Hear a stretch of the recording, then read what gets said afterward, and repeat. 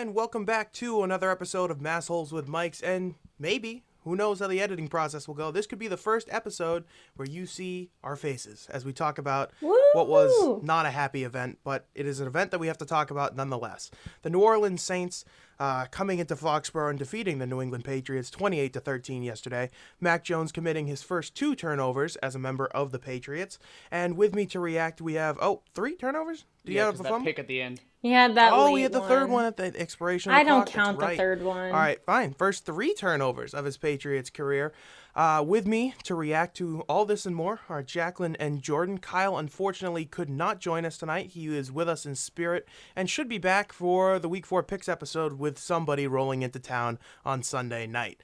So, without further ado, we are not actually going to get started with 3 up and 3 down. We decided before the show that there was just too much down. We had to spend a lot of time on this, and then we'll get to the 10 questions at the end and rip through them before we go and say goodbye and have a good first YouTube show. So, we're going to start with this question to both of you, and Jordan, I'm going to start off with you here.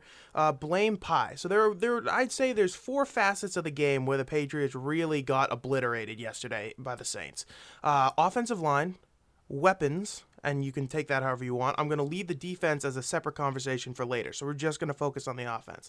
Offensive line, weapons, including receivers and tight ends and running backs, coaching, so Josh McDaniels and Bill Belichick by extension, and quarterback play. So I'm going to kick it to you here. Who do you give the most blame to? Who do you give the least blame to? And kind of rank them and kind of talk about it here. Okay, so by ranking, I'd have Josh McDaniels first and foremost. I think the play calling has been borderline fireable over the course of the start of the season. A lot of times Mac Jones gets in a little bit of a rhythm and then they run 2 plays in a row to Brandon Bolden or Damian Harris or whatever it is. It's like they see him get momentum and then they're like, we don't need that. We don't want touchdowns. Momentum. What is that? We don't want that. What is they're like, momentum? we just want to tease you. Next year is when we actually let him throw the ball every down. Second, I had offensive line play. I thought that was deplorable yesterday. Yes. I know in the chat that I was very hard on Mac Jones, who I have as third on the list. For percentages, I had 40% on McDaniels, 30 on O-line, 20 on Mac Jones. At the end of the day, I don't think you can really put the entirety of that second interception on him at all. I think people are being a little too harsh on both Mac and on Jonnu. Terrible throw. Jonnu batted up in the air. I think it's pretty 50-50. But if Mac doesn't throw it so ridiculously far in front of Jonnu, he doesn't have to try and make a Herculean effort to catch it. And then that ended up being a touchdown, which made the defense, made that last drive, they were unable to stop him even harder. And that really was the difference in the game, I think, even though it was a 15-point loss. And then last I had running back play / weapons. Jonnu was really the only one that wasn't good yesterday, I thought, just in terms of getting targeted, dropping the ball. He was really the only one that was flat out bad, and the running back play was terrible, but I think by extension that is mostly offensive line. I don't know if you guys had a chance to look at the complete box score here, but do you know who led the Patriots in rushing yesterday? Mac Jones. That would be one Mac Jones.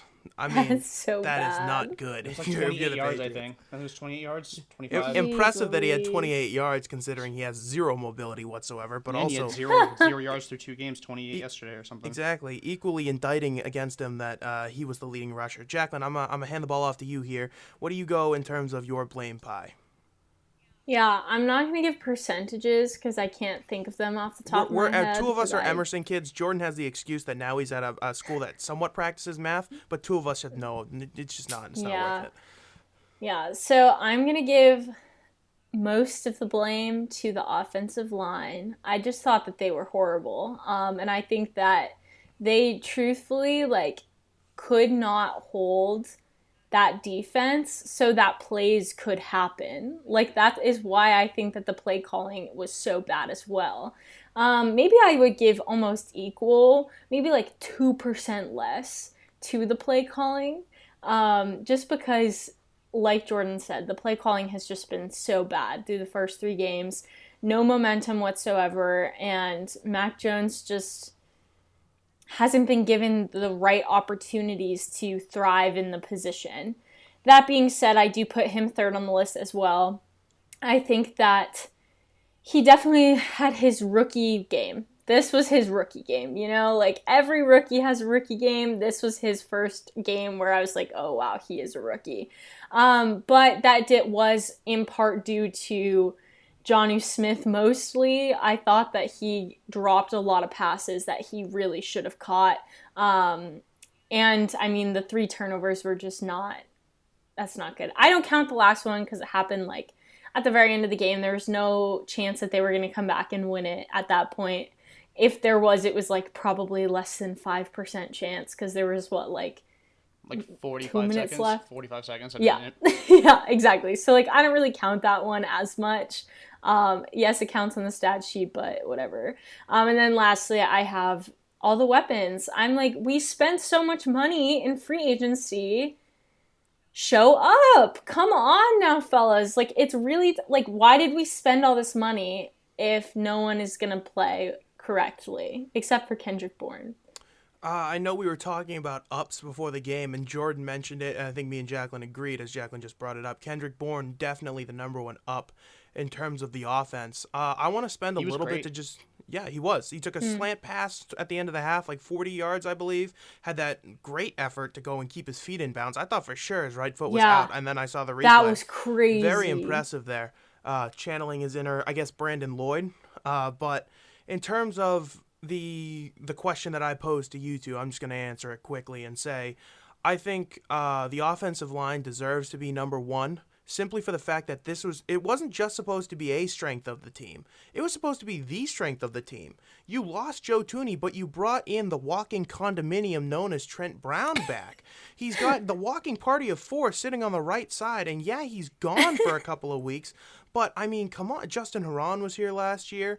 I still don't know why they aren't kicking Mike Onwenu out to right tackle. I brought it up a couple of times. Yes, Jordan? That's partially why I think coaching should be number one on the list, because that's complete. I mean, Yasir Durant and Justin Herron aren't deciding to go and play right tackle. At the end of the day, the Patriots and if they were, they should be off the team. Exactly. The Patriots coaching staff at the end of the day can decide what the personnel is on the line, and then there's pretty much a no-brainer that Onwenu should be right tackle and Ted Karras should be at the left guard, and they aren't doing that, and that's mostly on the coaching, and that's why I think even though the line was so bad, coaching at the end of the day outweighs how bad that was.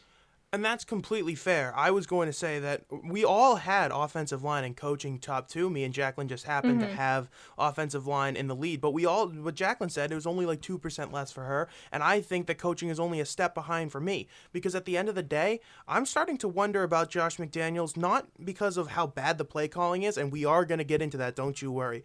But now I'm wondering, did it seem to you guys like maybe they had heard some of the outside noise this week? We ourselves brought it up on our show last week that we want to see Mac Jones push the ball downfield a little bit more. It seemed like they were trying to make a concerted effort to do it and kind of show, hey guys, he can't do it right now. He doesn't have the protection. He's still a rookie. He's still trying to get the hang of things here. You gotta keep going with these short dink and dunk throws. It was almost an FU to the people who were like, hey, guess what? I want to see more of these downfield shots. And they weren't there all day. They had one to Aguilar down the left sideline. That was, I think, did he? I don't remember if he caught that now. I don't know. On the first drive, because Mike Reese wrote about it today, that they got the 3 and out on the first drive, and then a 7-yard run from Damian Harris, and then they took a shot down the sideline to Aguilar, and Mac overthrew it. There was pressure, so it's not like entirely on him. And then the next one, I don't think there was enough pressure to really force a hurried throw, but he had James White almost led him into the safety because it was so badly thrown as well. And then they had to punt. They got a 3 and out right back when they could have had a first down and then tried to take a shot. They didn't have to do it 2 times in a row. It was 3rd and 3. I was watching this game with my dad, and I believe the first 3 fourth downs were 4th and 2, 4th and 3, and 4th and 5. They were all manageable. They all passed on 3rd down. They didn't get the first down yardage, but it shows that they were actually having positive plays on 1st and 2nd down and just couldn't convert on 3rd.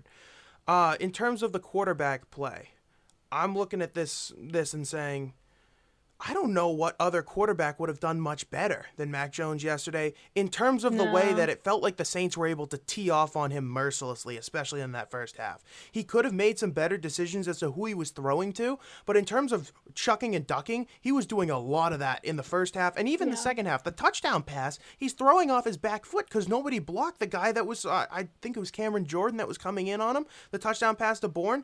Mac just, he's off his back foot and he's throwing a Hail Mary essentially, and Bourne just was lucky enough to catch it.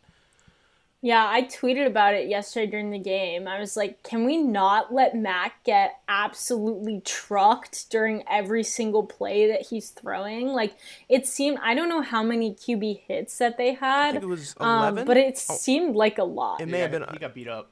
He did. Yeah. And I know that there was definitely a conversation, at least in our group chat during the game, about whether or not Cam Newton could have done better. And while I think the game plan would have been different, not many quarterbacks are going to have that amount of success against that Saints defense, who was healthy, by the way. Obviously, Lattimore's back. C.J. Gardner-Johnson showed up yesterday.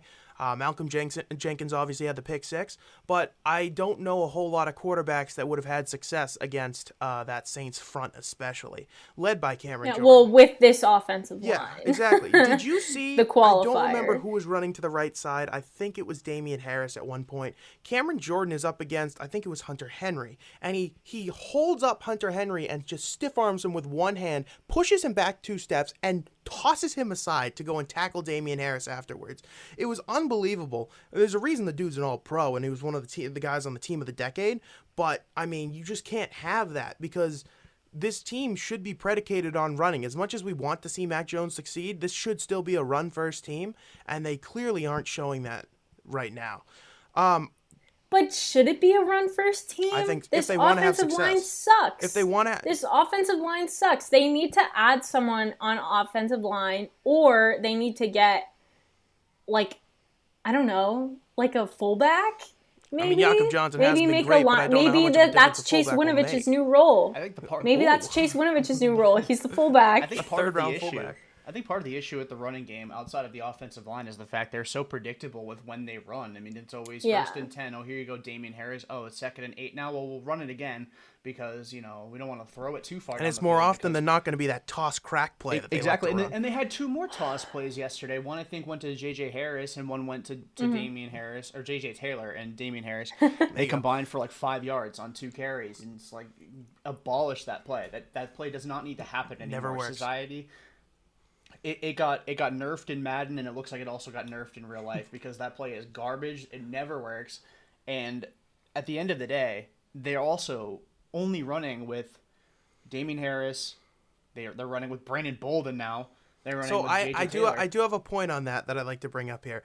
You guys know, and those of you who have listened for a decent amount of time know my hatred for Brandon Bolden.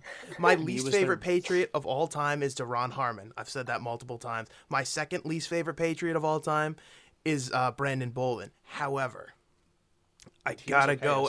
Not that. I was not going to say that.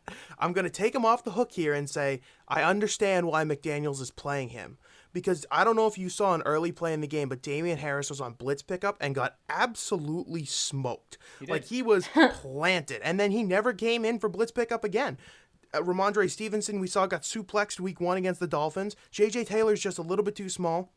And James White was out of the game by that. He's like 5'2". Yeah, he's like a little. He's walking. literally. Did you hear He's Mark literally my Schlereth on the height. broadcast yesterday, waxing poetic about J.J. Taylor for like the entire last drive of the first half or something like that? Yes. Mac Jones is really slinging. He's going up and down the field, 7 yards here, 6 yards here, 10 yards there. And Mark Schlereth was like, I mean, my heart just goes out to J.J. Taylor, man. I mean, what a football player, 5'6", and you're going and being a running back like that's dude, shut up. He's treating J.J. Taylor like Chris Collinsworth treated Jamie Collins for years, except Jamie Collins was an all-pro, or at least a Pro Bowler at linebacker, and J.J. Taylor's just a midget by NFL standards. It's just, but what I was getting at when I was listing the guys they're running with is part of what made Jonnu Smith so deadly in Tennessee was all the misdirection. He could do a jet sweep. You can get creative with him, and they're treating him like he's just this this ordinary pass catching tight end, which he isn't. And I think part of what's Yeah, we agree that he cannot catch passes. He could in the past. No, he could. I'm just he hasn't messing been with you. he didn't yesterday, but I think part of what made him so deadly is his ability to, take those little short crossing routes and break tackles, or they can use him on jet sweeps. They could even use him as a running back, and the Patriots so far have treated him like he's just a pass catching tight end, which he isn't. And that's partially why I think he's struggling so far to get himself into the offense. So I do want to get into the running backs, specifically Brandon Bolden now. And I know that I talked about how he's in there because he's the guy that can pick up the blitz, especially with James White out. But still, some of these calls made no sense. So I wrote down a couple of them. 108 to play in the first half. You're losing 14-0 if you're the Patriots, and you had driven all the way down into the red zone. Now, I believe it was around the 20 to 19 yard line, 3rd and 1, and you run inside with Brandon Bolden. Now, I agree with running the football there because you still had a timeout in your pocket, but you cannot be running with Brandon Bolden there. He got blown up behind the line of scrimmage, 4th and 1. They're going to go for it again and run the ball, and Hunter Henry jumps off sides, and they say, all right, whatever, just kick the field goal. So that killed a drive right there. Second one, and this is the one that I know we all talked about. Mac Jones is slinging the ball. 3:25 to play in the third quarter. You're down 21-3 at this point. You have driven it all the way down, 1st and 10 on the New Orleans 11. Run with Brandon Bolden on first down, no gain. Run with Brandon Bolden on second down, no gain. Screen to Jonnu Smith on 3rd and 11, and he got like 5 yards. Who should have been out of the game by that point. He was just, it was not his day yesterday. I know that they signed him to a big deal, so you know what, chalk it up as this is a bad day and he can get back to it, but he should have been out of the game by that point. So, I know we all brought up the play calling. Jordan, I'm going to let you lead on this because you had them at the top of your list of downs. Should they be contemplating a coaching switch there? And if not, what do you think that Josh McDaniels needs to do? Because I have some suggestions on my own that I'd like you guys to hear after, but I'm going to let you start on this. Well, I think first and foremost, what we've learned through the past 2 seasons watching this offense, and I know the weapons last year weren't great. Cam didn't play well. Tom Brady audibled a ton. We know he audibled a lot, but I think it may have even been like 2 times or 3 times more than we know for a fact he did, because Josh McDaniels' play calling has been a topic of discussion for at least 4 or 5 years now. It goes much further than just this season with Mac Jones. So when people say, give him the benefit of the doubt, we'll see where this team's at in 3 weeks, it's like this has been the part for the course of the last 4 or 5 years. It's not just a 3 or 4 week issue. There's just, I get, going after Mac with baby gloves because he's a rookie quarterback, but if you were going to go after him with baby gloves, then you should have just started the veteran quarterback and let him play until he couldn't anymore. Let him navigate the first 4 weeks of the season. Let him get through the Bucs game and see where you're at there, and then make the switch if he's 1-3 to 0-4, whatever it might be, and then make the switch. Have an excuse to go to the rookie instead of putting the rookie in there, because as you're seeing in Miami, when you go to the rookie, it's really hard to then go to the veteran and then go back to the rookie, because then his confidence is shot, his performance sucks, and then you end up with Tua. And I think that's a major issue that the Patriots are running into now, is if Max struggles, you're going to go to Brian Hoyer. It's different than if, Cam is not playing well, after, next week or 2 weeks from now, you can then go to the first round pick at quarterback and then go through the growing pains then. I will say the Dolphins did look better with Jacoby Brissett yesterday at quarterback, if you guys noticed. I know me and Jaclyn didn't get that pick right. The Raiders eventually won in overtime. We were so close to getting that right. I was feeling really good about that Dolphins win about midway through the game, especially because the Raiders, although granted, I should have known what was coming. Did you guys see the Dolphins safety yesterday where he throws a bubble pass out to the side? Like, that had no chance of working. I don't know what they were thinking on that. I would like to pitch an Josh idea. McDaniels was calling plays there. Yeah, he called down to Flores down in Vegas and was like, "Hey guys, I got a good play that you can." They will not be expecting the bubble screen in your end zone, especially on a high ball that the receiver had to jump up and catch. Mm-hmm. So I have a thought. I've been kind of workshopping this take since yesterday, and I want to know what you guys think about this. I think the 2 tight end set is not conducive to Mac Jones' success. And I'm starting to wonder if you should be playing only one of them at a time on the field, unless you're in goal-to-go situations or select packages. Because I'm pretty sure the Patriots, I don't know the numbers on this, I'm assuming, the Patriots probably play the most 2 tight end sets in the league. It's an assumption, but I think it's a fairly it's probably got backing to it. I think without question, considering Brown's hurt, so that means Hunter Henry at least has to be an extra tackle if he's not going out there trying to catch it. Yeah. But if you notice yesterday, when were the Patriots most successful at moving the ball? When they had 3 wide receivers out on the field. They had 1 tight end, and they kind of mixed up who the tight end was. And then you had Aguilar, Bourne, and Myers all out in the pattern with whatever running back you want to put behind them, usually Brendan Bolden, as it turned out down the stretch. I'm starting to wonder if these 3 wide receiver sets are the answer for the Patriots, because I feel like Mac Jones, now, I'm trying to remember back to last year at Alabama. And he had Devontae Smith, he had Jalen Waddle, and he had John Mechie as his receivers. Najee in the backfield, obviously. I don't think that he did a lot of 2 tight end stuff. He had Billingsley and Forstall as his tight ends. Neither one of them were Irv Smith. Neither one of them were O.J. Howard, who had been there in years past. So I believe it was a lot of 3 wide receiver stuff. And I think the wide receivers looked pretty good overall yesterday. Didn't Myers catch, I think, 9 for 94 or something like that? Aguilar had a couple of catches. It was like 8 for 80 or 84 or something. It was a solid day at the office for him. And then you had Bourne, obviously, with the touchdown catch. So I'm wondering, despite the fact that you went and paid for these big, high-priced tight ends, is it smarter to go 1 tight end on the field, at least for the time being, to let Mac Jones get his bearings a little bit? I don't know if either one of you guys wants to take that. I think I'll take it. Well, I think that you're right. Like, I feel like having those options at wide receiver rather and that will probably hopefully limit those stupid like toss passes to the running back if you have 3 options running instead of 2. Because obviously the tight ends are I feel like they're mostly blocking right now. Like I feel like besides Jonnu in this last game where he seemed to be all over the field with the drops. Yeah, he had bricks for hands. Then they're mostly doing the blocking. So why not have that 3 wide receiver play? I don't know. It just gives you more options because you can run obviously the long route, which hasn't really been working, but maybe it's not as predictable. I feel like the offense is so predictable right now, and this gives a nice little switch to give more options, especially with the Bucs coming up this week. Jordan?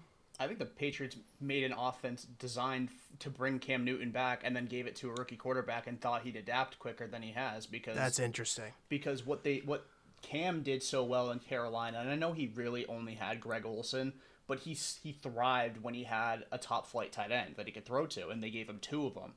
And then with Mac, like you said, at Alabama, I just looked, and I think the top tight end was, you said Billingsley? He was like 5th on the team in receiving yards, and then the other tight end was like 7th. So maybe they were both on the field at the same time, but only one of them was really getting any looks, and he was nowhere near the rest of the wide receivers. What I propose here, and it's kind of off the cuff, I've not thought much of it, and I'm wondering what you guys may think of it. You operate pretty much exclusively out of the shotgun at this point, because I don't think... That's what they do a lot in college. Yeah, I think it also eliminates a lot of the predictability of what you're going to do when Damian Harris is on the field. You go 3 wide receivers, and you can tinker with putting Jonnu as one of the 3 because he's fast enough and strong enough he could play wide receiver, I think, in spurts. Obviously not for an entire game. And then you rotate at tight end as well. And then you let the offense flow that way because it's similar. You get 3 receivers and a tight end and you're operating out of the shotgun, which is very familiar to what they do in college. I was thinking about also adding the pistol in there, but Mac can't move at all. So don't do the pistol. Do not do the pistol at all. Nope, don't get too creative while he's still trying to learn the NFL game. Do not get too creative. But you gotta do something that, like Jaclyn said, takes away some of the predictability of the offense, and they're just on top of it, just so archaic, and they need to get into 2021 and stop playing like it's 1975. So I'd like to move on to the defense here because me and Jeff looked it up today. The Patriots are ranked currently 5th in yards per game allowed.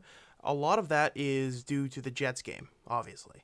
They didn't give up a whole lot, and it kind of inflated their numbers. But I want your thoughts on the Patriots defense and if you guys think that they played up to par, not only yesterday, but the season in general.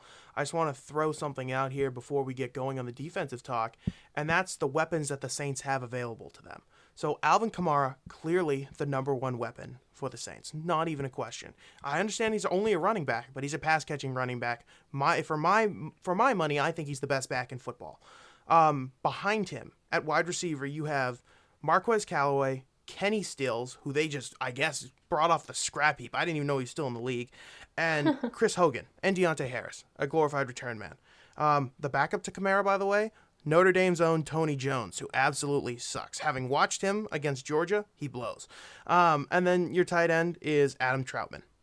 Not a whole lot of bluster there. Michael Thomas is on IR. Still don't know what he's going to look like coming back. The Saints lost their left tackle early in the game, and Jameis Winston only threw for, I think, 128 yards. 110. That's even worse. 110 because of the sacks. That's even worse. The defense, for my money, has not performed to what I was expecting and to what the Patriots need to have success. Well, I disagree because they only allowed 3 touchdowns, right? Because one of those touchdowns came from the defense of the Saints. So I feel like allowing 3 touchdowns a game is kind of like, with Alvin Kamara, like you said, the best running back probably in the league right now, because Derrick Henry hasn't been performing as well as he could. He's I feel like that is expected with the Saints. I feel like that's expected. They also had a few great stops that prevented them from getting points. They had, I think it was a sack that brought them out of field goal range or put them in, I forget what it was. Let's not forget that the Saints have a kicker who kicks like pizza dishes, apparently. All those kicks were sideways rotating. Oh my God. Absolutely bizarre. Yeah. I've never seen a guy do that multiple times in a game, and I think he did it 3 times and he missed 2 kicks. So that's 6 points right there. So I'm just saying, like, I think that for the opponent, knowing that the Patriots don't have the best rush defense in the world, although it has been improving, which I have been very happy about, I think it's pretty reasonable. I don't know how many rushing yards they had, though. Kamara averaged rushing 80 on the ground. Kamara had 89. But they only had 142 rushing yards. Only? That's not awful. Only? Okay, but Jordan? Against Alvin Kamara? Jordan Kamara specifically, he averaged only 4 yards a touch, and that's inflated Exactly. because he had, I think, 9 point. I don't remember off He the had top 3 of my head. receptions for 31 yards. Yeah, so it's inflated by his receiving. He had 22 carries for 80. No, it's like 24 carries for 24 carries yards. for 89. So it was so 4 yards a touch to Alvin Kamara is pretty damn impressive. And I don't think the defense has been fantastic because when it comes to making timely stops, we saw it in the Miami game. They couldn't do it. We saw it yesterday. They couldn't do it. I think it's pretty middle of the pack, which again is still underwhelming considering the amount of money they spent on the defensive side of the ball. But I think the defense is pretty good. I think they're opportunistic. I know yesterday is not a good example of that with that little duck that Jameis threw for one of the touchdowns. Have you guys seen a more infuriating play this year as a Patriots fan? That was annoying. As soon as Duggar hit him hit Jameis, that is, I went, get a pick! And I'm looking at Jonathan Jones, and I'm like, oh, he's not in position. And he got mossed. He got mossed by, I don't remember who it was. Callaway. Oh, yeah, Marquez Callaway. I think the defense will be fine. I think the big issue with the way the defense is now is you spent so much money on the defensive side of the ball that had to have only pissed Gilmore off more. There's no way he's like I know I'm sure he understands like you're beefing up the defense. You know, Matt Judon, worth a ton of money. You brought him in, good. But what about my contract situation? I don't know why they won't just pay him. I really don't. I honestly wonder if they had worked out before the year. Okay, if you go on PUP, because I still don't think Gilmore needed to go on it. I think that he would have been fine. I don't either. He was talking to Josina Anderson before the season, and they said, will you be ready for training camp? And his answer, quote, if I need to be, which tells me that if he got paid, he would have showed up and he would have been all right to go week 1. So I wonder if they were like, okay, if you want to go on PUP, fine, we'll continue this charade for another 6 weeks, and then you can get paid whatever his base salary is this year, I think $9 million for the remaining games this year, so 11 games. And I know we talked about that, I think, in our preview episode at the start of this year, that it may just be like a nudge, wink, wink type of thing where both parties believe that it's fair for him to get paid that amount of money over for that number of games, so then it makes sense. But what I think is, when I say pay him, I don't mean for this year. I mean give him an extension, pay him for the next couple. He can keep his base salary, and I think that's partially why he's held out. I mean, I guess you can call it a holdout if he doesn't actually need to be on PUP. But if you can bring him in for, extend him for another 2 years and pay him $14-15 million a year for those 2 years. He's still going to be a top flight cornerback those couple of years. You might as well pay him. I wonder for him. about that. He's on He the was great wrong. last year. He's on the wrong side of 30, and he's coming off a torn quad. So in that respect, I don't blame Bill for not paying him. It could be one of those things where he's like, okay, maybe we'll revisit it at the end of the year. But for a cornerback especially, coming off a torn quad, you haven't seen him play at all. I don't blame Bill for not wanting to pay him now. In terms of my opinion of the defense, I'm kind of Jordan and Jaclyn both have higher opinions of the defense than I do. I think that they are subpar. I was expecting so much more. And I know Judon is one part of it. I was expecting him to do more, and Jaclyn correctly clued us in that, apparently Judon really wows us in the preseason, then doesn't show up nearly as much as he should in the in the regular No, not season. me. It's my soon-to-be brother-in-law. Okay, there you go. He's the one who clued Noted me in. Ravens fan, probably enjoyed last Sunday very much, Sunday night. Yeah. So in terms of Judon, though, he had 2.5 sacks yesterday, I believe. Most of those were coverage sacks. The coverage on the back end held up, and he was able to get to the quarterback. I just don't think when push comes to shove, what were the Patriots' defenses known for in the early part of the 2010s when you had Fat Matt Patricia calling the plays was the bend but don't break. So they would get a timely stop. This seems like the opposite. This seems like the early 2010s was 10 years ago, Jeremy. I understand. Let it go. This is a new team. But I'm saying that this is a problem with the defense. I would have taken a bend but don't break defense that only surrendered field goals. This team never seems to be able to get a stop when they need to. And that's what the most infuriating part about this defense is for me. They cut it to... They only let up 21 points against this team. Should have been 27 they with the could 2 have missed let up a field goals. lot more, but they stopped them and got them into field goal range instead, and the kicker didn't do well. I almost swore. But Jaclyn, what happened when they cut it? What happened when they cut it to a 1-score game? They needed a stop, and I believe it was 3rd and 12, and they gave up a 12-yard comeback route to Deontay Harris for a first down, and then Taysom Hill ran the freaking Wildcat down your throat all the way to the end zone. I expect more from this defense. And in terms of Kamara, I understand that limiting him to 89 yards rushing and I think 110 yards overall from scrimmage is technically a win. But what are Bill Belichick defenses known for? For his entire career. Eliminating their best player. Thank you. Exactly. That's what T.Y. Hilton had so many problems with these Patriots defenses back in, I guess, the day. The day is my childhood, which is kind of weird to say now. Even Tyreek Hill got negated against the Chiefs just 3 years ago in that AFC title game. All that is to say this. I'm wondering if I were to replace a coach on this team, I would absolutely fire Belichick's son before I fire McDaniels, because I think he has absolutely taken this great Brian Flores defense. Man, am I so sad that he's in Miami right now, and just absolutely ruined it. And I think Mayo is partially to blame for that too, but I mean, I don't know what happened. The 2019 Patriots defense was nails up until the last month of the season, and then they started to get run on. They're running the ball, and the rushing defense has never been back since. The passing defense is starting to get a little bit worse too, and they just seem slow. I mean, how many times have we heard Belichick takes your best weapon out of the game, and then you see Alvin Kamara running wide open for that first touchdown, which I heard Bedard talking about this today. It looks as if Kyle Van Noy is expecting inside help on that play. If you remember, it's the Texas where he comes out and then comes right back into the middle of the field. Van Noy's expecting help from Judon, and he's yelling at him on the play. Judon doesn't hear him, doesn't care. So Van Noy essentially goes, I'm going to make a business decision, and I'm just going to show just how wide open he is and pass him off and let him go across the middle of the field. And now I can't swear to whether that's true or not, but if it is, that is bad because you have guys freelancing on defense, and that never ends well. Gilmore had it his first year in New England, 2017, and that's when they got cooked by Cam and the Panthers, ironically, in Week 3.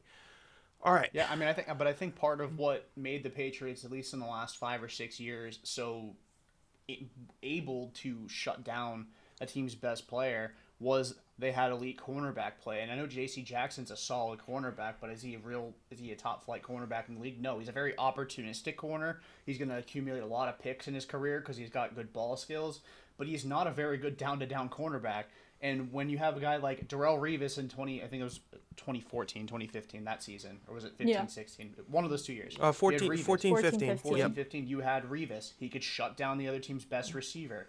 And then you went to Butler. And then you went to Butler, who was great that first year post Revis, and then he struggled. But that's when you also brought in Gilmore that year, who I think after the first 5 or 6 weeks he figured it the out. guy you paid for, and then he was the defensive player of the year. And then in the year after, you had him and Jackson. So if one was bad, the other one was great.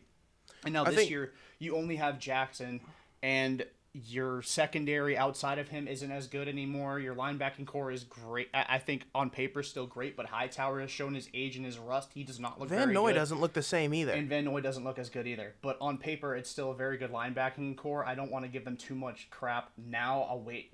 They're the group I will give a few more weeks to. Okay. Because it's not a 5-year issue like McDaniels. But that's fair. The linebacking group needs to improve, and the defensive line is the defensive line. I think Judon's been fine. Godchow and Barmore actually showed up yesterday too, which was a pleasant surprise. You actually noticed them instead of having an APB out for them. And I know we talked about that in the chat as well. Yeah, I just think they don't have the personnel. They don't have the guy that can go and shut down another team's best player. And I think even though Duggar's improved in coverage, he's not there yet where he can go and eliminate a tight end. I know they haven't had to worry about that yet, but like with the Chiefs, if you couldn't shut down Hill, Chung was able to at least contain Travis Kelce to the point where you could, get some pressure on Mahomes or force a bad throw, force a punt, whatever. All right, so the last thing I want to get to before we get to the 10 questions, and we'll rip through those pretty quickly because there's only 3 of us today.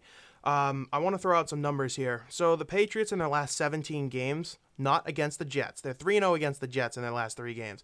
Not against the Jets, they're 5-12.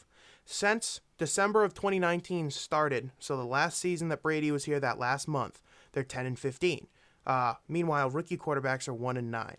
So, and the only win was Mac Jones against Zach Wilson. Yeah. That's just an aside about rookie quarterbacks. Clearly, rookie quarterbacks still just cannot win in the NFL. It's hard. We get that. But there's supposed to be a coaching advantage with Belichick that should be able to get you over the hump on some of these games. But the records, and I gave you the sample size from December of 2019, so that includes Brady and the playoff loss that he had, Newton, and now Mac Jones, 5-12 against the Jets. Anyone but the Jets, excuse me. If we were 5-12 against the Jets, that'd be really sad. But it's all that is to say this is it possible that this team just kind of sucks now and they're back to the Arizona Cardinals of the AFC? Or can they still recapture some of that Patriot mystique that they had, I guess, before Brady left? And even at the start, they showed it in flashes last year. That win against the Ravens that they had. That was a classic Patriots win. But and even though it was ugly, being able to pull out a game like the Cardinals game, because we saw it the last year Brady was here against Buffalo in Buffalo. It was an ugly game. Offense was terrible. But they pulled it off. Defense made timely stops. Kicking game was good. Last year they did that with Arizona as well. Is it possible that Belichick may be the game may have passed him by a little bit more than we had anticipated at this point in his career? Is it time to say maybe it's not, if they can clean this up, if they can do that? Is it time to stop making excuses and say maybe they're just not that good? I don't know who wants to take that one first here. I think it's tough. I've gotten in conversations with this over the course of the last year. People don't understand that when you're replacing the greatest quarterback of all time, it is going to be difficult. It's not as easy to replace an all-time quarterback. It's not as easy as going to another team with a stacked offense and going and winning a Super Bowl, because all they needed to do that was get a quarterback that was not terrible. Agreed. It's harder to do that. Finding a franchise QB is not easy. That's why so many teams. It's not like Brett Favre, Aaron Rodgers, or Aaron Rodgers to Jordan Love, Or I guess by extension, Manning to Luck. Yeah, they didn't win it. Yeah, and they ran Luck out of town because he got hit too much. Yeah, they had that 1 year where Manning was hurt, and it's very hard to do that.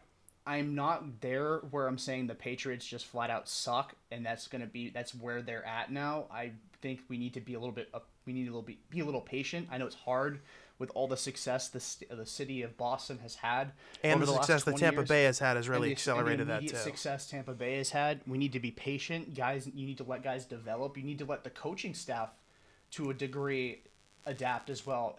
Except for McDaniels, fire him. At least they're not throwing out Matt Nagy game plans, because I mean that as bad as McDaniels has it, Matt Nagy is just that much worse. Yeah, they also stick to their guns, and that's something the Bears are incapable of doing. I just think the Patriots don't suck. They're not at that point. You need to be patient with them. You need to let guys develop.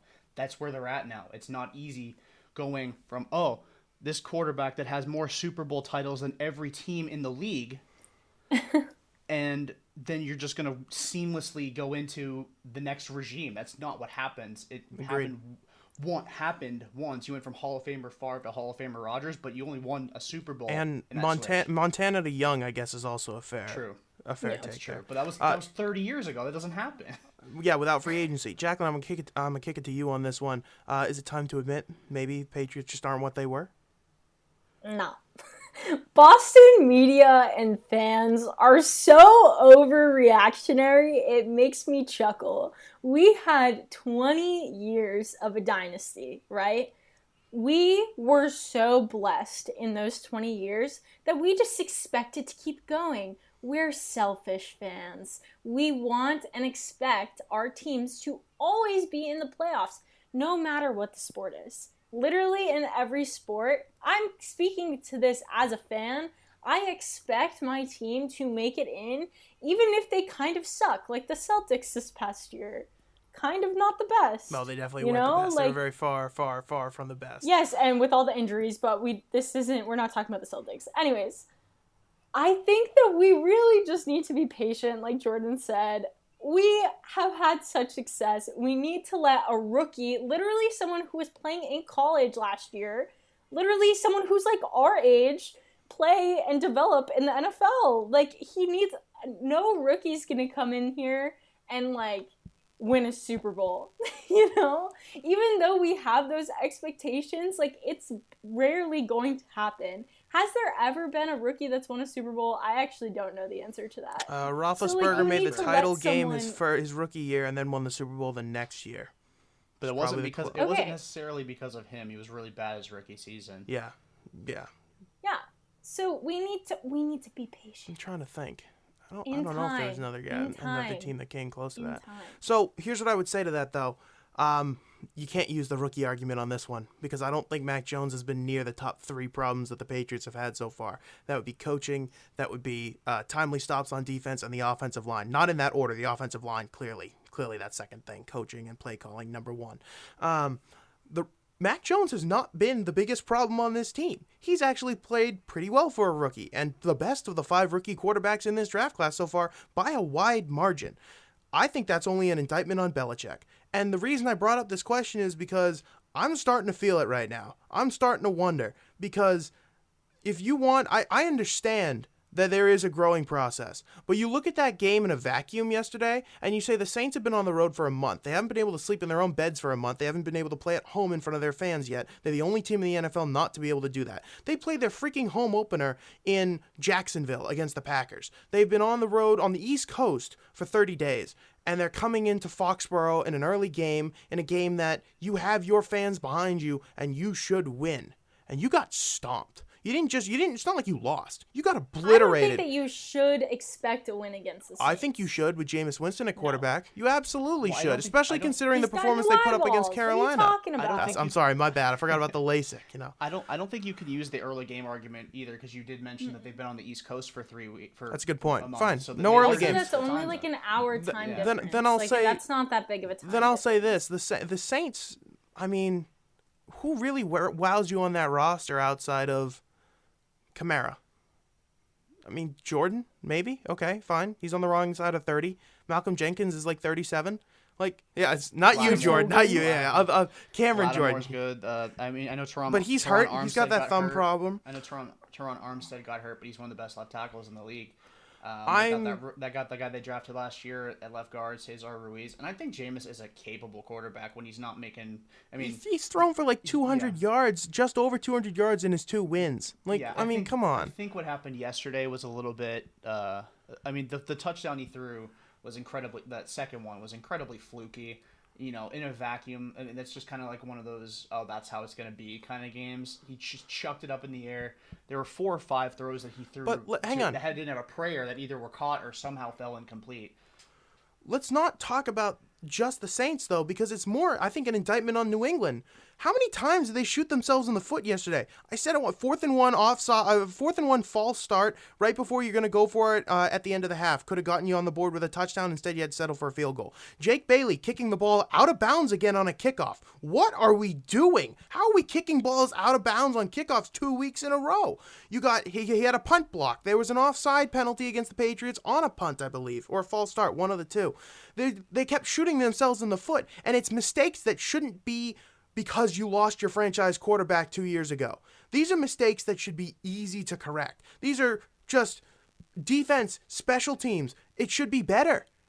We've come to expect better, and this is not the unit that has trouble gelling because of the new signal caller. That's my biggest problem. It's that it's starting to affect the rest of the team now to where they look sloppy. And I said it, I think week 1, I said, if they clean up the penalties, they should be all right. Week 2, I said, they were still kind of sloppy, but they'll get there. I'm done making excuses. To say that this was a trap game and they got surprised in this game would be to let them off the hook. They sucked in every phase of the game. And Belichick loves to say that. We got outcoached, we got outplayed in all 3 phases. Yeah, you did. You got absolutely annihilated by the Saints yesterday. Well, you're also facing, your first real coach. I think Brian Flores is a good head coach.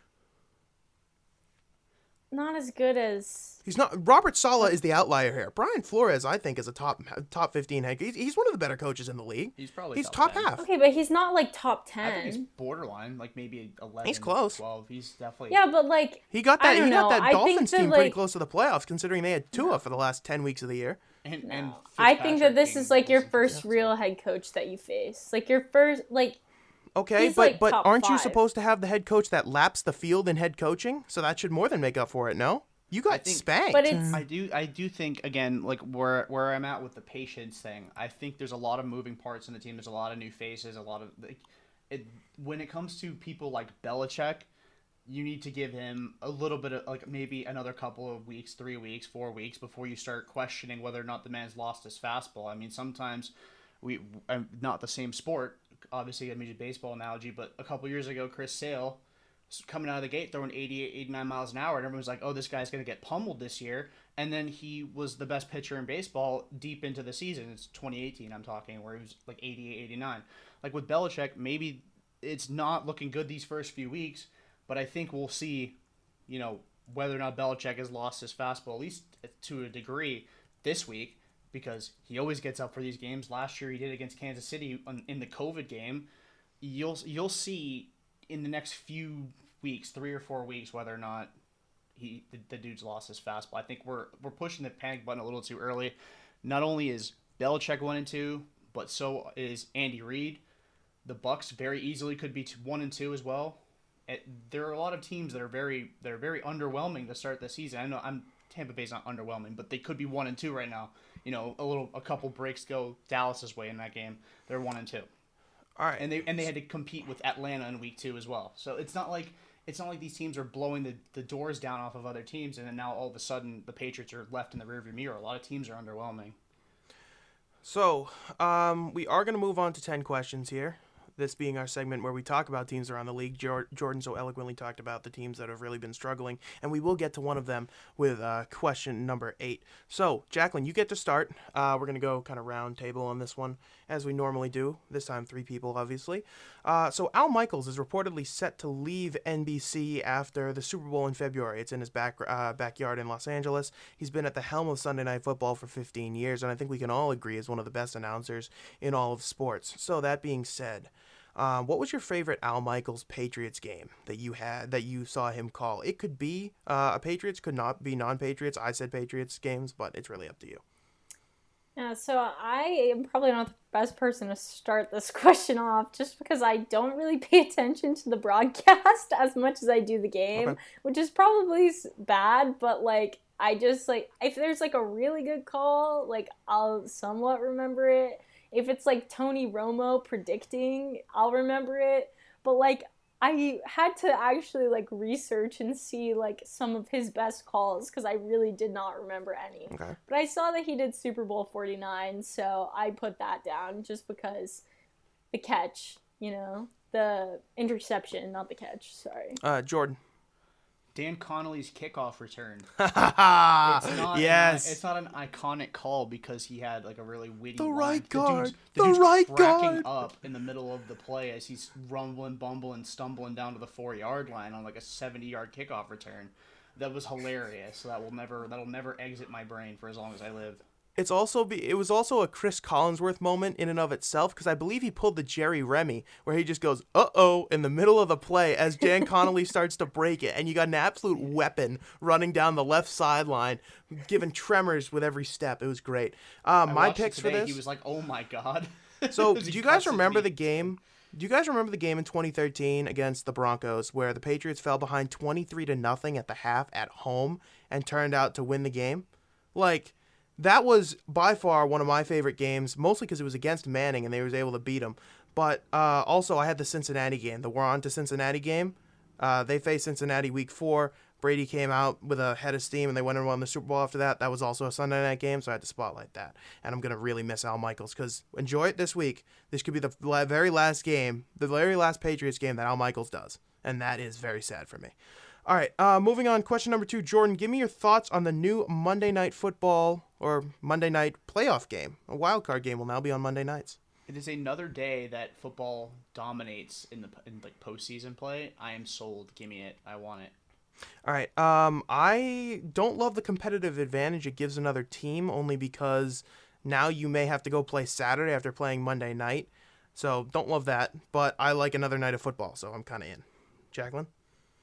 Yeah, I say more football equals a happy Jaclyn. Nice. All right.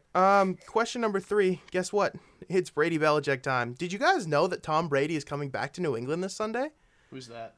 I know, right? Shocking. I don't think anyone's told me this yet. I had to Google it to find out the news. So the next couple of questions are going to be Brady-centric, obviously. Probably, I think it should be the biggest NFL game ever. It might be the biggest return to a stadium in sports history. That's how big this is. So question number 3, what is the aspect of Week 4's game that you're most interested in? And I picked the post-game handshake between Brady and Bill. I am very interested to see that. And I know they're probably going to be pretty professional, but I need Michelle Tafoya with her mic right underneath their noses trying to get whatever they say, because I need to hear that. Jaclyn? Mine is definitely just, I want to see like what the Patriots do for Tom and Gronk. Everyone's forgetting that Gronk is coming back too. Don't worry, Justice Kyle Duggar I'll boo will him. deliver another hit into his rib cage like the Rams did yesterday. I will boo Gronk. No problem. Yeah, Gronk's I'm much more mad at Gronk than I am at Brady. And I'm more mad that Antonio Brown's succeeding over both of them. But still, in terms of levels of hate, Antonio Brown, then Gronk, and then Brady. Jordan, what aspect of Patriots Bucks are you most interested in? So I'm going to add yours to my list. I had 3 things. Okay. I had 1, how many drives / pass attempts will it take Brady to pass Breeze in the all-time? Like, it's a good point. It's poetic in the sense that it's going to make me pissed off that it's going to happen on Sunday. And it's going to be a 69-yard touchdown to Gronk. You need 68 yards to do it. It will be a 69-yard touchdown to Gronk. It's happening. Without a doubt. And I said, how is Bill going to attack him in general? And I said, how motivated will the Patriots be after how borderline, like I said earlier, deplorable the performance was on Sunday? And then obviously, like you said, the handshake at the end of the game. All right, Jaclyn, question number 4. What is your favorite Brady game ever? You cannot pick a Super Bowl. Obviously, those would be the top. Obviously, 28-3 would be number 1. So you have to pick another game. What are you picking? I'm choosing the 2014 AFC divisional round against the Ravens. Rallied from 2 14-point deficits. That's also my favorite game kind of ever because it had the double pass. It was the game that like made me fall in love with football. So I put it on there. That was one of my 2. So I'm glad I had a backup because that was by far my number 1 non-Super Bowl. Jordan. The game he threw for 400 touchdowns in the first half against Tennessee in that blizzard. Jeff Fisher looking like a bum. Don't fact check. It's right. I believe that was also red jerseys Patriots, was it not? The red alternates. Yes, Check out our Bring those Instagram. back. I recently released my picks for my favorite jerseys, and the red alternates may or may not have made an appearance in the top 3. All right, my pick, if it wasn't the 2014 divisional game against Baltimore, I picked the 2017 game against Jacksonville in the AFC title game. That Gilmore knockdown where the entire world seems to stop for a second on that 4th down play, and then Gilmore reaches his arm up and just bats the thing away was unbelievable. Brady with the injured hand, obviously, leading him on 2 late touchdown drives. Danny Amendola, absolute nails in that moment. And awesome how good game. Brandon Cooks was in that game. Get that man back in New England, please. The one drawback, because I also debated taking the 2018 AFC title game against Kansas City. I thought about that, but Brady was not the as big a factor in that as I thought. It was more heroic in terms of the Baltimore game and definitely the Jacksonville game because of the injury, so I had to give those the edge. But that that AFC title game against Kansas City is definitely up there. Jordan, I believe I'm starting with you on this one, and this one me and you definitely had a lot of fun with. Give me your favorite obscure Brady weapon. Now, you couldn't choose Randy Moss, you couldn't choose Troy Brown, add in Wes Welker, Julian Edelman, or Gronk. Those were known as his main weapons over the years. So you had to pick somebody who was kind of not as well known. Who'd you pick?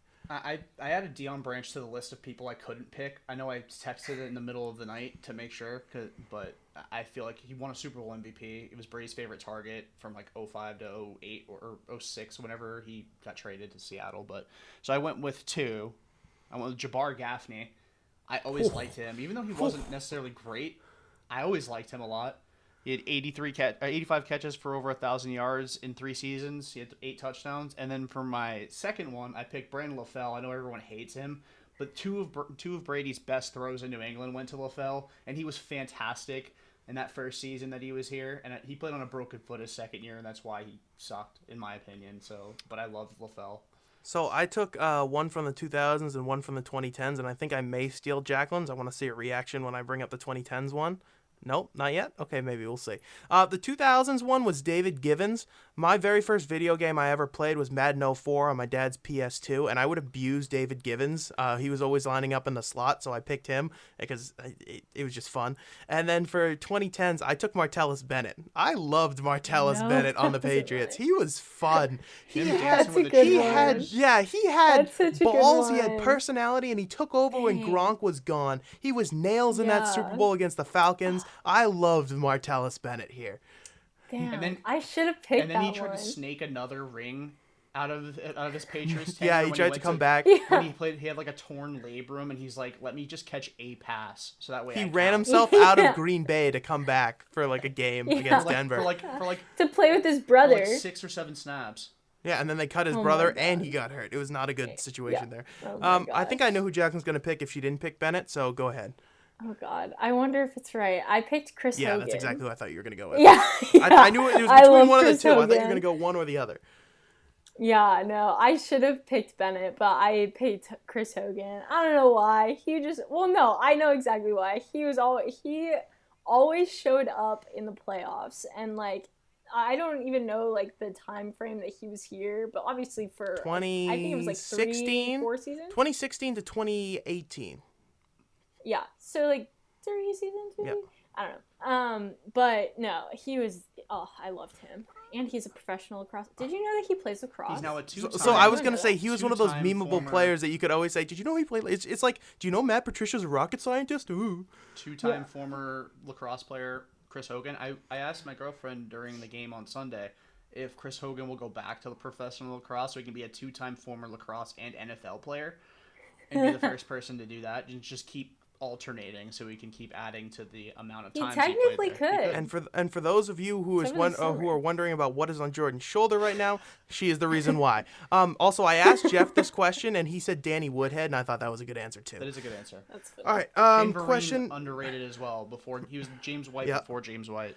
Question number 6, who should be the next Patriots head coach? I only put this in here because of Josh McDaniels' struggles, and as the heir apparent, I think we all agree he probably shouldn't be. So I was forced to pick one, and I'm going first. I took 2, both outside the Patriots' quote-unquote coaching tree and organization. I hope by the time Belichick retires in like 4 years or so, that Mike Vrabel has fallen loose from Tennessee and they can grab him. But if they can't, let's go back to college and get Jim Harbaugh for Lord knows what reason, other than it would be hilarious. And I think Jim Harbaugh has a supreme ability to rally his troops for a couple of years. He gets the best out of guys. His personality is just a little bit grating. But, I mean, that run that he had with the Niners, God, was that good. It rivaled Belichick's best. 3 straight NFC title games, 1 Super Bowl appearance. He didn't win it, but his teams, and especially his defenses, were absolute wars to play against. Jaclyn. I said literally anyone with an offensive mindset, considering that's been the biggest struggle. So I said Eric Bieniemy, but I don't know if he'll be available. Jordan. I have 7 on my list. Oh, my word. Okay, give me 2. Okay, well, I won't... Vrabel's one of them. I know he's not an offensive mind. I'm going to give 4 because I want to give the 2 offensive coordinators. Go. Bieniemy and Brian Dable. I like Dable. That's a good one. And a little bit of a one that I know you guys will hate. I put Lane Kiffin on my list. His offenses every single time he goes to a school. At Ole Miss, they improved 73 points. What about his defenses?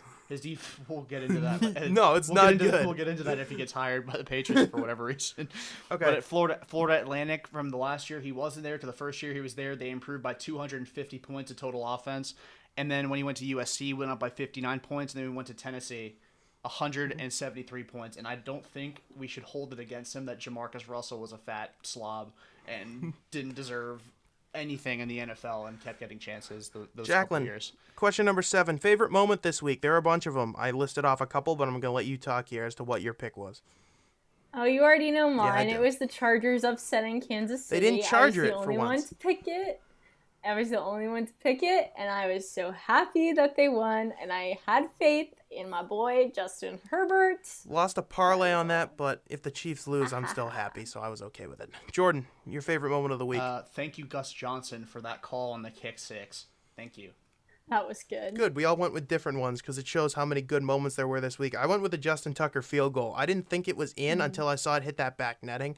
Something about the Lions continually getting beat by miraculous plays is hilarious to me. And Justin Tucker's absolute nails. He's so good. That being said, the Ravens should have had a delay of game penalty before that kick. Question number 8. Jordan, is it panic time in Kansas City?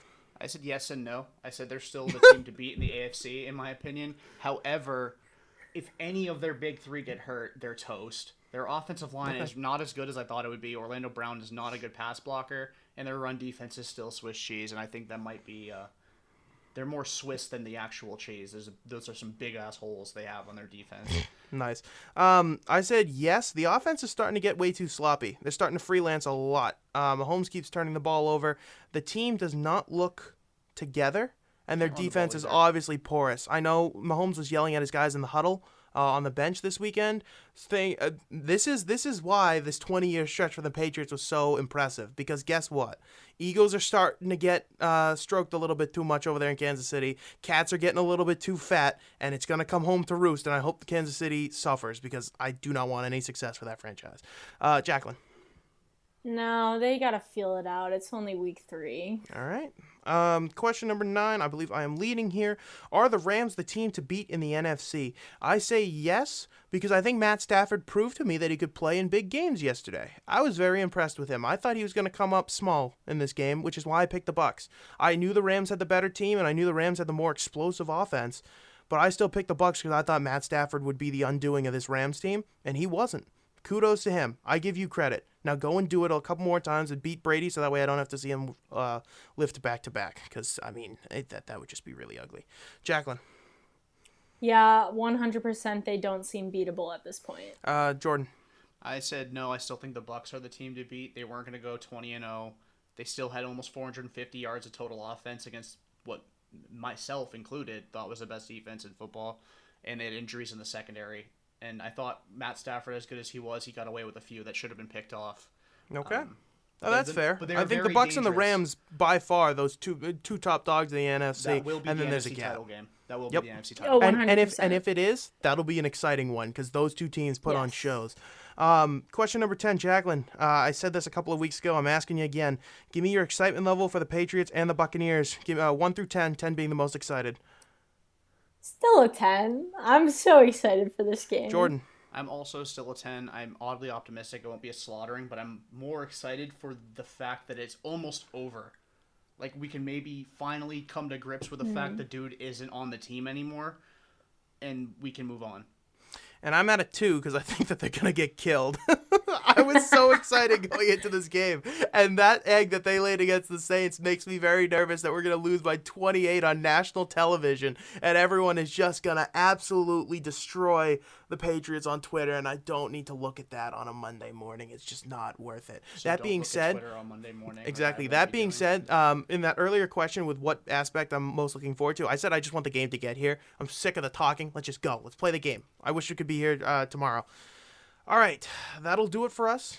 Thursday night game predictions real quick. We will get Kyle's and put it on the graphic later, but the game is Jacksonville and Cincinnati in Cincinnati. Is anybody picking against Joe Burrow and the Bengals here? The Jags are currently the owners of, I think, the third worst consecutive game losing streak in all of football history. So, Jordan, you picking the Jags? I almost did, but no.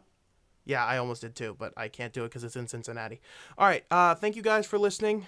We appreciate you guys either watching or listening, I guess, on YouTube. Hopefully I can get this video edited. I want to see how that works. So follow us on all of our socials at Mass with Mics on Twitter, Instagram, and TikTok. Follow us on YouTube or listen to us on Spotify or Apple. We are on so many platforms. It makes me very proud to be able to say all those. So, yeah, hopefully we'll keep growing this thing and getting some more momentum day by day. So, we hope to see you again with Kyle. We will definitely see you again this week. Whether or not with Kyle is a question, but we will be back for our Week 4 picks episode, highlighted, of course, by the Buccaneers visiting the Patriots. So for Jaclyn and Jordan, I'm Jeremy, saying have a good rest of your day, everybody.